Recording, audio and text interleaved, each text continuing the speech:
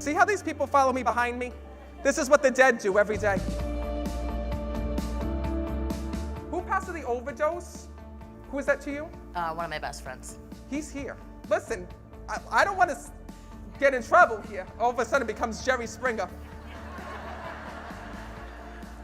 But he's showing me that he always had a thing for you here in this world when I'm connected with him.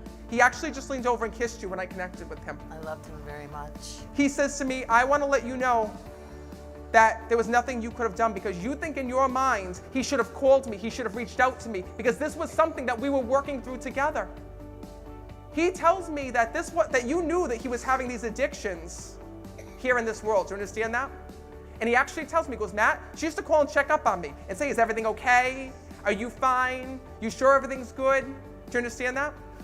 Every day. So know that he's apologizing to you because he says to me, I'm sorry for what you found out and the way that you found out. He says, so if I made it to the other side, he says, and I made it here with you, know it's my way of letting you know that I am okay, that I am safe and at peace, and my soul is always with you. Can I give you a hug? Is that okay? Sir, your family has been through so many tragedies because they're all here. It's been one thing after another, because I also have a soul that's here that tell me they passed of a brain aneurysm. That's my son. That was your son. So your son had the aneurysm and died. Yes. Because he's here, and he kept saying to me, he kept saying, my head, my head. I gotta come up there. Oh my God. Your son just asked me to come over and sit next to you. Because your son has told me about the pain that you've been going through every single day. He says, so you need to let my father know that I am okay, and also thank you for being there by my side. Your son says to me that you still have clothes of his here in this world.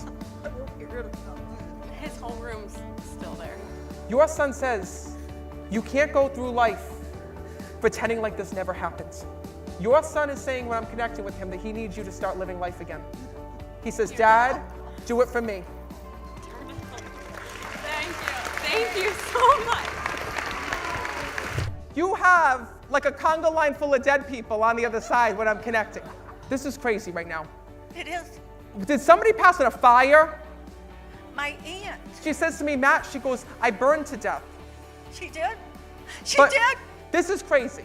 Now I know, sometimes I don't realize, because you don't understand, I don't know. Stop doing this to me. I can't take it. I didn't think I was going to be on it. You can't take it. What about me? I have to live with these people every day. Oh, my Lanta.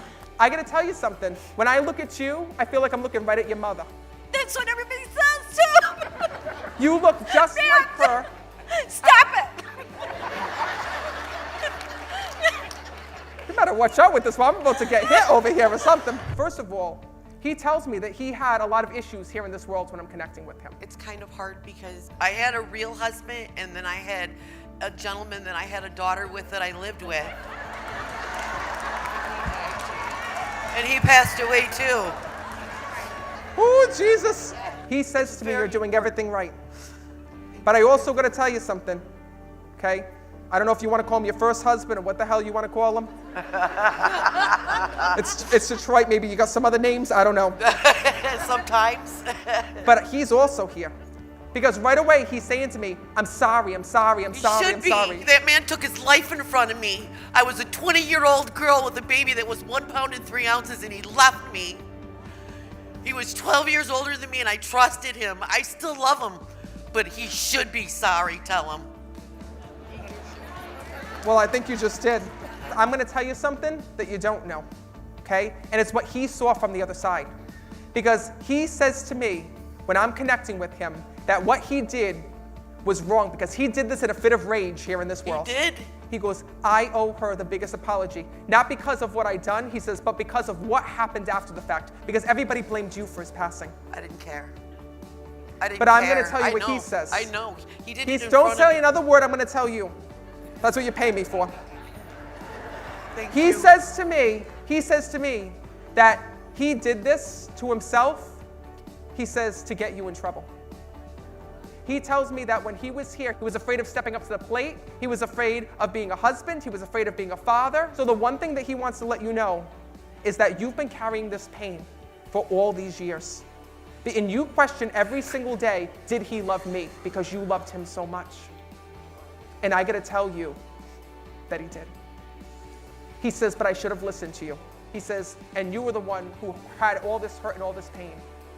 So know that he's asking you right now to forgive him. I forgive him. I pray for his soul all the time. He says, and he is truly sorry for what he had done. All right, I'm going to leave you with that. Give her a round of applause. Can you come give me a hug? Just don't hit me.